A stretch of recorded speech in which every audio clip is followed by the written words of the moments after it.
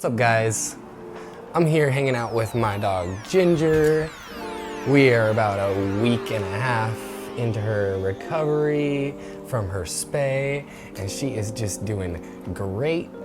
But we did have quite a bit of unexpected difficulties come up, so I thought it might be nice to make a video talking about some of those things so that if you have a pup that you're planning on getting spayed or neutered, you know what to expect and maybe have some tools if you find yourself in some of these predicaments. First of all, the recovery process for males and females, as well as the operation, is quite a bit different, but you will get the same restrictions from your vet for both male and female dogs. So at the end of the day, most of these things will apply to both male and female dogs. Now, the first thing we had come up that we didn't consider before going into this were the exercise restrictions. And if you don't know, like I didn't, your vet is going to recommend no exercise or physical overexertion of any type for 2 weeks. And so that can be really hard for you know, any dog, especially dogs who have exercise as part of their daily routine. And it is a big part of Ginger's daily routine. She had a lot of pent-up energy without this exercise that she would usually get, and it showed in daily interactions with other dogs and with people, and just in every facet of life. And I would just pretty much consider that, you know, any dog is going to have, you know, some acting out if they're going through this process. She also had quite a bit of separation anxiety before going into this, which, you know, only got worse trying to leave her alone with a cone on her head, and she's not able to get exercise. And that leads me to part 2, which is the cone of shame, which is just the worst. I hate the cone. We hate the cone. The cone sucks. It's cumbersome and ugly and annoying.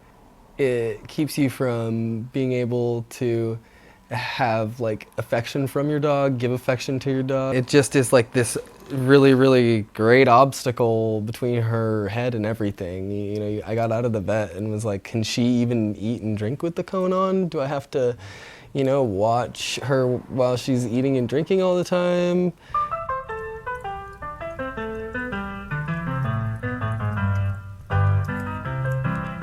Well, good job. The cone sucks. So we were kind of wondering, like, right leaving the vet's office, if she could even eat or drink with the cone on. And a lot of times, you know, depending on the bowl, you know, it's pretty difficult for her. So, and honestly, a lot of our day-to-day tasks became a lot more difficult that seemed a lot more mundane before that. So with that being said, we can get into like some of the things that helped us get through these hard times when we were having these issues. So the lack of exercise and pent-up energy can really be a huge challenge, and our vet did recommend training as a way to sort of mentally exercise her and tire her out. Though I did have some results with this as far as like keeping a calm focus and having her calm around the house. I wasn't seeing very much results with this in the way of being able to leave her, you know, put her down for work for 4 hours at a time. As far as like other suggestions, the vet also said puzzle toys, Kongs, other chewy treats to, like, you know, keep them occupied and their attention. But in my experience with Ginger, she having the cone on and it being such an obstacle to their head, the dog has a hard time getting into the tree. You know, at least Ginger did. She likes to hold it and sort of get into the whole experience.